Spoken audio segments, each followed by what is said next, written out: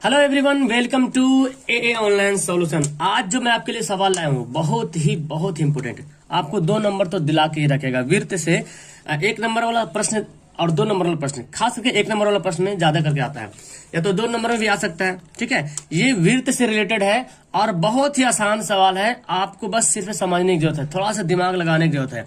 बस थोड़ा सा आप समझेंगे, बहुत अच्छे तरीके से आपका नंबर मिलेगा। क्लास 10 के लिए बहुत अच्छी तरीका है। यहाँ पे आपका डेली क्लास चल रहा है, लाइव क्लास, वीडियो पे जो बने रहो, चैनल पे जुड़ जाओ, आपको सब कुछ पता चल जाएगा। ठीक है, तो फिलहाल हम लोग पढ़ेंगे यहाँ पे मैथ का इंपोर्टेंट सर्किल्स क्वेश्चन, यानी कि विर्त से रिलेटेड जो भी क्वेश्चन आता है उसके बारे में पढ़ते हैं। तो विर्त के बारे में बहुत अच्छी तरीके से आप अवगत हैं, इसको जानते हैं बहुत अच्छी तरीके से। ठीक है, सबसे पहला सवाल 1 बाय 1 करते हैं और इसमें टोटल 20 या 21 क्वेश्चन है। ठीक है, और इसमें से आपको बहुत हेल्प मिलने वाली है आपके एग्जाम के लिए। इससे विर्त से लेकर आपका कोई भी डाउट रहे ना, सब क्लियर हो जाएगा। ठीक है, इसके अलावा भी कुछ रहे तो आप मुझे कमेंट कीजिएगा। फिलहाल मैं अपने तरफ से पूरी कोशिश किया हूं, तो चलिए वीडियो को शुरू से लेकर आखिर तक देखिए, मैं यहाँ पे बताता हूँ। सबसे पहला सवाल यहाँ पे है, विर्त की कोई स्पर्श रेखा इसे खाली जगह कितने बिंदु पर स्पर्श प्रतिच्छेद करती है। अब यहाँ पे देखो, अब आपको समझना पड़ेगा स्पर्श रेखा होता क्या। मैं यहाँ पे रफली बताता हूँ। ठीक है, ये देखिए एक विर्त है, दिख रहा आपको, ये विर्त है। अब विर्त स्पर्श रेखा बोले तो विर्त की किसी एक बिंदु से टच होकर जाएगा ना, उसको बोलते हैं क्या, स्पर्श रेखा। विर्त के किसी एक बिंदु से टच होकर जाएगा, उसको क्या बोलेंगे, स्पर्श रेखा बोलेंगे। तो एक बिंदु को प्रतिच्छेद, क्या बोल रहा, किसी विर्त की कोई स्पर्श रेखा इसे कितने बिंदु पर प्रतिच्छेद करेगी। स्पर्श रेखा जब भी स्पर्श रेखा होगा तो केवल जो विर्त है उसके केवल एक ही बिंदु पर प्रतिच्छेद करेगी। कितना बिंदु पर, केवल एक बिंदु पर, यानी कि यहाँ पे भराएगा क्या, एक, केवल एक बिंदु पर प्रतिच्छेद करते हैं। क्लियर है, इसका आंसर आप मुझे कमेंट करते जाए और मुझे ये भी बताएंगे लास्ट टाइम कि आपको ये सब पता था ना, तो कितना क्वेश्चन पता था ये भी बताएंगे। चलो दूसरा सवाल यहाँ पे देखते हैं। दूसरा सवाल क्या बोलता है, किसी विर्त को अधिकतम, ठीक है, किसी विर्त को अधिकतम खाली जगह समांतर स्पर्श रेखाएं हो सकती हैं, यानी कि किसी विर्त में कितनी जो है अधिकतम समांतर रेखाएं हो सकती हैं। तो किसी विर्त में अधिकतम 2 समांतर रेखाएं हो सकती है। कितनी हो सकती है, 2। तो यहाँ पे क्या फिल करेंगे, यहाँ पे हम लिख देंगे 2। किसी विर्त में अधिकतम जो है 2 समांतर रेखा। अब कैसे होता है ये देखिए, कोई विर्त है, मैं यहाँ पे बताता चाहता हूँ, यहाँ पे कोई विर्त है, इसमें अधिकतम जो समांतर रेखाएं होंगी, जैसे कि एक यहां से जाएगी, समांतर स्पर्श रेखाएं, तो एक इधर से गई है और एक इधर से गई है। तो किसी विर्त में जो है अधिकतम ज्यादा से ज्यादा 2 ही समांतर स्पर्श रेखाएं खींची जा सकती हैं, 2 से ज्यादा नहीं खींची जा सकती। ठीक है, क्लियर है। तो किसी विर्त को अधिकतम 2 समांतर स्पर्श रेखाएं हो सकती है। क्लियर है, चलिए अगला सवाल पढ़ते हैं। यहां सवाल देखिए क्या बोलता है, किसी विर्त को 2 बिंदुओं पर प्रतिच्छेद करने वाली रेखा को क्या कहते हैं। ठीक है, किसी विर्त के 2 बिंदुओं पे, जब भी विर्त वाला सवाल आता है तो पहले फिगर सोचिए कैसे बनाएंगे। किसी विर्त है तो कोई विर्त बना दिए, 2 बिंदुओं को, यहाँ पे जो था इसे केवल एक बिंदु को प्रतिच्छेद कर रहा था, केवल एक बिंदु को। अब यहाँ बोला किसी विर्त के 2 बिंदु को, तो कहीं ना कहीं 2 बिंदु बन जाएगा, है ना। मान लेते एक यहाँ एक यहाँ, जब भी करेगा ऐसे देखो, किसी विर्त के 2 बिंदुओं को प्रतिच्छेद करने वाली स्पर्श रेखा क्या कहती है। तो देखो एक बिंदु यहाँ है, एक बिंदु यहाँ, अगर एक बिंदु पे प्रतिच्छेद करता तो वो ना क्या कहलाता, स्पर्श रेखा कहलाता। लेकिन यहाँ पे क्या बोला, 2 बिंदुओं को प्रतिच्छेद कर रही, तो इसको बोलेंगे छेदक रेखा। क्या बोलेंगे, छेदक रेखा। क्या फिल हो जाएगा यहाँ पे, छेदक रेखा। क्या बोलेंगे इसको, छेदक रेखा। ये जो रेखा है, इस रेखा को स्पर्श रेखा नहीं बल्कि छेदक रेखा बोलेंगे। स्पर्श रेखा इसको बोलेंगे जो केवल एक बिंदु को टच करती है, केवल एक बिंदु को प्रतिच्छेद करती है। समझ में आ रहा। चलिए अगला सवाल देखते हैं। वह रेखा जो त्रिज्या के छोर बिंदु से होकर जाती है और इस पर खाली जगह विर्त की स्पर्श रेखा होती है। अभी मैं बता दूं, विर्त की स्पर्श रेखा किसको बोलेंगे, विर्त की स्पर्श रेखा किसको बोलेंगे, जो त्रिज्या के छोर बिंदु से होकर जाती है। ये समझे, ये विर्त है, यहाँ पे जो त्रिज्या ये बना, ये त्रिज्या जो बनी है ये ना, ये वाला, तो ये जो त्रिज्या जो एक मान लें कि विर्त है और इसके त्रिज्या यहाँ पे है। ठीक है, तो इसके त्रिज्या का जो छोर बिंदु है ना, यहाँ से गई क्या, स्पर्श रेखा। वही बोल रहा, वह रेखा, इस जो रेखा है जो त्रिज्या के छोर बिंदु से होकर जाती है, त्रिज्या ही है, इसका छोर बिंदु यहाँ पे, इस बिंदु से होकर जा रही है, तो इस पे क्या होगी, इस पे हो जाएगी लंब। क्या हो जाएगी, इस पर जो है लंब होती है। क्या होती है, लंब होती है।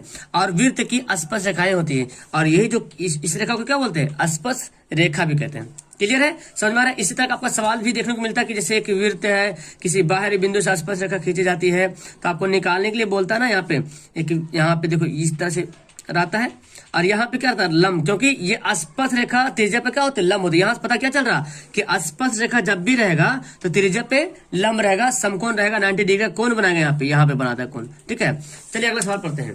अगला सवाल क्या बोलता है, किसी बाह्य बिंदु से वृत्त पर खींची गई स्पर्श रेखाओं की लंबाई क्या होगी। देखिए अभी मैं बता रहा था और अभी यहाँ पे फिर आ गया, यहाँ पे वही बात आ गई। किसी बाह्य बिंदु से, है ना, किसी बाह्य बिंदु से, बाह्य बिंदु मतलब क्या समझे, बाहरी बिंदु, कोई वृत्त बना लिए, किसी बाह्य बिंदु से, कोई बाहर में कहीं पे बिंदु ले लेते, मान लीजिए यहाँ पे बिंदु ले लिए।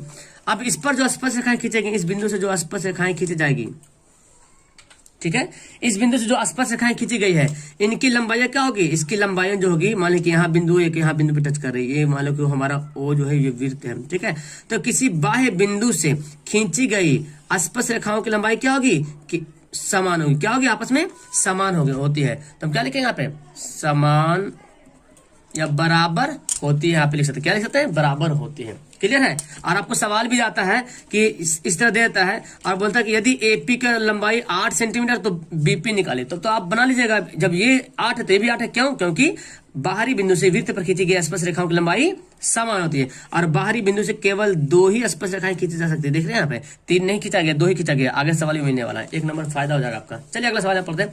किसी वृत्त के एक बिंदु पर वृत्त की कितनी स्पर्श रेखाएं खींची जा सकती है। बहुत ही ध्यान से समझने वाली बात है यहाँ पे। किसी वृत्त के एक बिंदु पर, किसी वृत्त के एक बिंदु पर कितनी स्पर्श रेखाएं खींची जा सकती है। तो किसी वृत्त के एक बिंदु कहीं पे एक बिंदु ले लिया मैंने, इस एक बिंदु से कितनी स्पर्श रेखाएं खींची जा सकती है, केवल एक, सिर्फ एक बिंदु स्पर्श रेखाएं खींची जा सकती है, केवल एक स्पर्श रेखाएं खींचे जा सकते। समझ में आ रहा ना। किसी वृत्त, देखो यहाँ पे ये पॉइंट समझो, एक बिंदु जो दे दिया ना, एक बिंदु, केवल एक बिंदु भी बोल रहा। किसी वृत्त के एक बिंदु पर कितनी स्पर्श रेखाएं खींची जा सकती है, तो किसी वृत्त के एक बिंदु पर केवल एक स्पर्श रेखाएं खींची जा सकती है। एकदम ध्यान समझिएगा, ठीक है। अगला देखिए क्या बोलता है, किसी वृत्त पर कितनी स्पर्श रेखाएं खींची जा सकती है। अब यहाँ पे डायरेक्ट बोल दिया, यहाँ पे नहीं बोला किसी वृत्त के एक बिंदु पे नहीं बोल रहा, सिर्फ बोला किसी वृत्त पर कितनी स्पर्श रेखाएं खींची जा सकती है। यानी कि बिंदु जितना भी हो पता नहीं है, मतलब एक वृत्त बनी हुई यहाँ पे, और इस पर जो स्पर्श रेखाएं खींचना है, ये नहीं बोला किसी वृत्त पर कितनी स्पर्श रेखाएं खींची जा सकती है, ये बोला जा रहा। लेकिन ये नहीं बोला किसी वृत्त पर एक बिंदु पर कितनी स्पर्श रेखाएं खींची जा सकती है। इससे पहले क्या था, किसी वृत्त के एक बिंदु, तो एक बिंदु से केवल एक, और अगर एक ना बोले, सिर्फ ऐसे ही बोले किसी वृत्त पर कितनी स्पर्श रेखाएं खींची जा सकती है, तो देखो हमको जैसे मर्जी ऐसे खींच सकते हैं स्पर्श रेखाएं, ऐसे भी खींच सकते हैं, ऐसे भी खींच सकते हैं, ऐसे भी खींच सकते हैं, है ना जी, जैसे मर्जी ऐसे खींच सकते हैं स्पर्श रेखाएं। ठीक है, सिर्फ अंदर ना जाए ऐसे। तो कितना हो गया, इसको गिन सकते हैं आप, गिन सकते हैं इसको, कभी नहीं गिन सकते हैं। अनंत बोलते, क्या बोलते हैं इसको, अनंत, जितना मर्जी उतना खींच सकते हैं। इसको बोले अनगिनत या अनंत, अनंत या तो अनेक बोल सकते हैं, अनेक। कितनी स्पर्श रेखाएं खींची जा सकती है, अनेक स्पर्श रेखाएं खींची जा सकती है। ये सवाल आपके एग्जाम में आता है, इसलिए समझने की बात है। अब देखो आप बोला गया किसी बाह्य बिंदु से वृत्त पर कितनी स्पर्श रेखाएं खींची जा सकती है। अभी तो मैं बताया किसी बाह्य बिंदु से, किसी बाहरी बिंदु से वृत्त पर कितनी स्पर्श रेखाएं खींची जा सकती है। तो किसी बाह्य बिंदु से वृत्त पर देखिए एक स्पर्श रेखा यहाँ, एक स्पर्श, सिर्फ 2 ही स्पर्श रेखाएं खींची जा सकती है, केवल 2 स्पर्श रेखाएं खींची जा सकती है। क्लियर है, समझ में आ रहा। अभी तो बहुत सारा सवाल बाकी। अब देखिए यहाँ पे सवाल पढ़ते हैं। चलिए, इस वृत्त से कोई डाउट नहीं रहेगा, सब खत्म हो जाएगा। किसी त्रिभुज की तीनों भुजाओं को अंतः स्पर्श करने वाली वृत्त को क्या कहते हैं।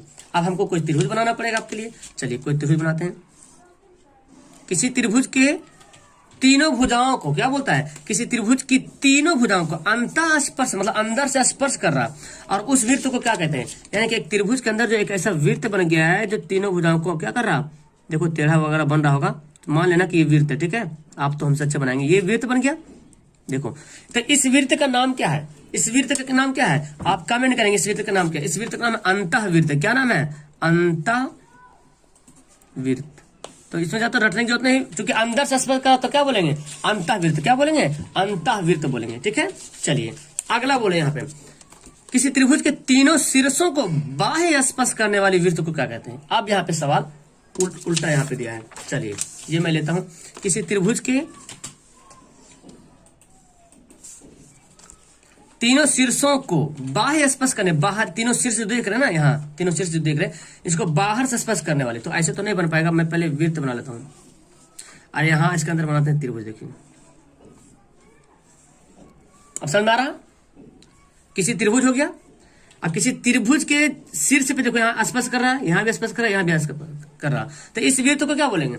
इस वृत्त को बोलेंगे परिवृत्त। क्या बोलेंगे? परिवृत्त। हाँ, बाह्य वृत्त नहीं बोलना है, परिवृत्त। क्या बोलना है? ऐसा नहीं कि अंतःवृत्त तो हो गया, तो बाह्य वृत्त नहीं, उसको बोलेंगे परिवृत्त। क्लियर है? ओके, चलिए समझ में आ गया। किसी त्रिभुज के तीनों शीर्षों को बाहर से स्पर्श करने वाली वृत्त को बोलेंगे परिवृत्त। चलिए अब यहाँ पे देखिए, संकेंद्री वाला आ गया यहाँ पे, और स्पर्श रेखाएं, उभयनिष्ठ स्पर्श रेखाएं। इसको ध्यान से समझिएगा आप, ठीक है? ध्यान से एकदम समझने की जरूरत है। चलिए कमेंट पे ध्यान मत दे, देखिए इसको तो मैं यहीं पे बना दूंगा। दो संकेंद्रीय वृत्तों की त्रिज्या कितनी उभयनिष्ठ स्पर्श रेखाएं होती है? दो संकेंद्रीय वृत्तों की कितनी उभयनिष्ठ स्पर्श रेखाएं होती है? तो पहले समझना पड़ेगा संकेंद्रीय मतलब क्या होता है। संकेंद्रीय मतलब दोनों वृत्त का केंद्र वही हो, उसको बोलते हैं संकेंद्रीय। मान लीजिए एक केंद्र यहाँ पे, एक वृत्त यहाँ पे बना है, और एक वृत्त जो है यहाँ पे, ठीक है? अब यहाँ पे बताओ, ये दोनों बना हुआ है, एक वृत्त यहाँ पे, दोनों का केंद्र यही है, इसको बोलते हैं संकेंद्रीय वृत्त। तो बोला दो संकेंद्रीय वृत्तों की कितनी उभयनिष्ठ स्पर्श रेखा है? उभयनिष्ठ का मतलब होता है कॉमन। क्या होता है? कॉमन। बोलते हैं कॉमन है ये मतलब दोनों में आ रहा। तो यहाँ पे कोई स्पर्श रेखाएं खींची जा सकती है जो दोनों में हो सकती है? हो ही नहीं सकती, एक भी नहीं, है ना? एक भी नहीं, एक भी उभयनिष्ठ स्पर्श रेखाएं नहीं खींची जा सकती इससे। क्लियर है? समझ में आ रहा आपको? एक भी उभयनिष्ठ स्पर्श रेखाएं नहीं खींची जा सकती है। चलिए अगला पढ़ते हैं। दो अप्रतिच्छेदी वृत्तों की कितनी उभयनिष्ठ स्पर्श रेखाएं होती है? इसको ही बोल सकते हैं हम अप्रतिच्छेदी वृत्त, क्योंकि अंदर से तो प्रतिच्छेद कर रहा, लेकिन इसको चाहे तो यहाँ पे ये नहीं बोला कि संकेंद्रीय बोल रहा, तो हम ऐसे ही बना सकते हैं कि मान लें एक वृत्त है ऐसे, और एक वृत्त मान लें यहाँ पे, तो एक बड़ी वाली वृत्त है, इसकी जो केंद्र, इसका जो केंद्र होगा यहाँ पे होगा, और जो छोटी वाली वृत्त इसका केंद्र कहाँ पे? यहाँ पे होगा। तो क्या हो रहा? अंतः जो अप्रतिच्छेदी मतलब प्रतिच्छेद नहीं कर रहा, टच नहीं कर रहा, तो अंतः अप्रतिच्छेदी वृत्तों की कितनी उभयनिष्ठ स्पर्श रेखाएं? यहाँ पे उभयनिष्ठ स्पर्श रेखाएं खींच सकते क्या? अगर आप यहाँ से स्पर्श रेखाएं खींचेंगे तो इसमें तो आएगा नहीं। उभयनिष्ठ मतलब दोनों में आना चाहिए। अगर यहाँ पे देखो, अगर यहाँ से स्पर्श रेखा खींचते आप, तो इसमें तो इस वृत्त में तो हो नहीं रहा टच, इसलिए एक भी नहीं, इसमें भी तो नहीं होगा चूंकि ये प्रतिच्छेद करना रहा, तो इसका भी होगा एक भी नहीं। क्या होगा? एक भी नहीं। क्या होगा? एक भी नहीं। 13 नंबर सवाल है, दो अंतः स्पर्श करने वाले वृत्तों की कितनी उभयनिष्ठ स्पर्श रेखाएं होंगी? दो अंतः स्पर्श करने वाले, अंदर से स्पर्श करने वाले कितनी उभयनिष्ठ स्पर्श रेखाएं होंगी? यानी कि एक वृत्त है यहाँ पे, एक वृत्त यहाँ पे है, ओके, और अंतः मतलब अंदर से स्पर्श करेगा। कहां से करेगा? अंदर से। यानी कि यहाँ पे देखो टच किया ना, ये बिंदु पे टच किया ना, ओके। तो बोल रहा कि दो अंतः स्पर्श, देखो अंदर से स्पर्श करा, ये बड़ी वाली वृत्त है, इसके अंदर से देखो ये वृत्त स्पर्श किया, तो अंतः स्पर्श करने वाली वृत्तों की कितनी उभयनिष्ठ स्पर्श रेखाएं होंगी? उभयनिष्ठ मतलब कॉमन। तो यहाँ तो एक बिंदु पे तो स्पर्श कर रहा, स्पर्श जब भी होता है तो एक बिंदु से होता है, और एक बिंदु से हम तो स्पर्श रेखाएं भी खींची जा सकती है, केवल एक, है ना? एक स्पर्श रेखाएं जो है खींच सकते हैं। कितनी स्पर्श रेखाएं खींच सकते हैं? केवल एक। कब? जब अंदर से स्पर्श करेगा तब, जब अंदर से स्पर्श करेगा तब, ठीक है। चलो 14 नंबर सवाल पढ़ते हैं। दो प्रतिच्छेदी वृत्तों की कितनी उभयनिष्ठ स्पर्श रेखाएं होंगी? प्रतिच्छेदी मतलब आपस में प्रतिच्छेद कर रहा, ठीक है। तो एक वृत्त यहाँ पे बना लिया और दूसरा वृत्त यहाँ पे बना लिया, देखिए हो गया दो प्रतिच्छेदी वृत्त। अब बोला कि दो प्रतिच्छेदी वृत्तों की कितनी उभयनिष्ठ स्पर्श रेखाएं होती है? ओके, तो यहाँ बोला जा रहा दो प्रतिच्छेदी वृत्तों की, तो प्रतिच्छेद हो रहा है वृत्त, एक दूसरे को वृत्त क्या कर रहा? प्रतिच्छेद कर रहा।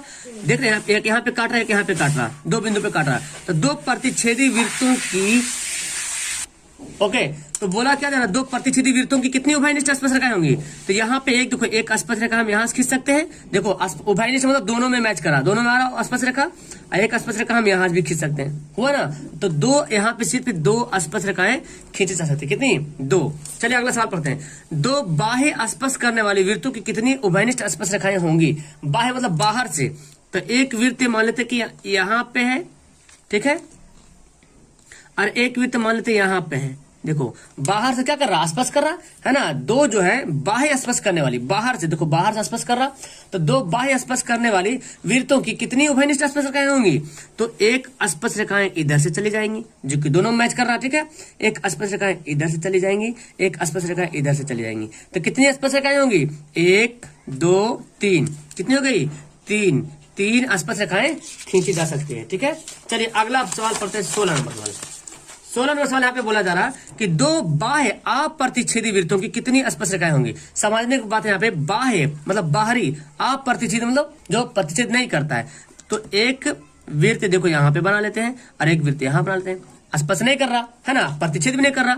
दो बाह्य अस्पर्श बोल सकते हैं इसको, या अप्रतिच्छेदी बोल सकते हैं। तो दो बाह्य अप्रतिच्छेदी वृत्त हो गया। ठीक है, मान लेते 2 वृत्त है। अब इसमें उभयनिष्ठ स्पर्श रेखाएं कितनी होगी। तो देखो एक तो स्पर्श रेखा हमको यहाँ से चला जाएंगे, एक स्पर्श रेखा यहाँ से चली जाएंगी, देखो 2 हो गया। अब क्या होगा, एक स्पर्श रेखा देखो इधर से हो गया ना 3, और एक स्पर्श रेखा इधर से, कितनी स्पर्श रेखाएं होंगी देखो 1 2 3 4 यहाँ पे जो है उभयनिष्ठ स्पर्श रेखाएं होंगी। अब उभयनिष्ठ स्पर्श रेखा में आपको कोई दिक्कत नहीं होने वाला। ठीक है, अगले पर होते हैं। यदि 2 वृत्त संकेंद्रीय हो तो उनके केंद्रों के बीच की दूरी क्या होगी। अब 2 वृत्त, एक वृत्त यहाँ पे है और एक वृत्त यहाँ पे है, दोनों का केंद्र क्या संकेंद्रीय, मतलब दोनों का केंद्र बराबर है। तो 2 वृत्त संकेंद्रीय हो गया तो उनके केंद्रों के बीच की दूरी, अब ये बड़ी वाली वृत्त का भी यही केंद्र है, छोटी वाली वृत्त का यही केंद्र है, तो इस केंद्र के बीच की दूरी क्या होगी 0 हो जाएगी, 0 होगी। क्योंकि यहाँ पे तो कुछ दूरी है ही नहीं, कोई डिस्टेंस तो है ही नहीं, है कोई डिस्टेंस बोलिए। 2 बड़ी वृत्त है, एक बड़ी वृत्त एक छोटी वृत्त है, और दोनों का केंद्र यही है। तो दूरी कहाँ से, केंद्रों के बीच की दूरी, मतलब छोटी वाली केंद्र की और बड़ी वाली केंद्र के बीच की दूरी क्या है, चूंकि सेम है, 0 है, 0 है, इसका दूरी तो है ही नहीं है। अगला बोलता है 2 बाह्य स्पर्श करने वाली, बाहर से स्पर्श करने वाली वृत्तों के केंद्रों की बीच की दूरी। अब यहाँ पे समझिए, देखिए एक वृत्त यहाँ पे है, बाह्य स्पर्श करने वाली एक वृत्त यहाँ पे है।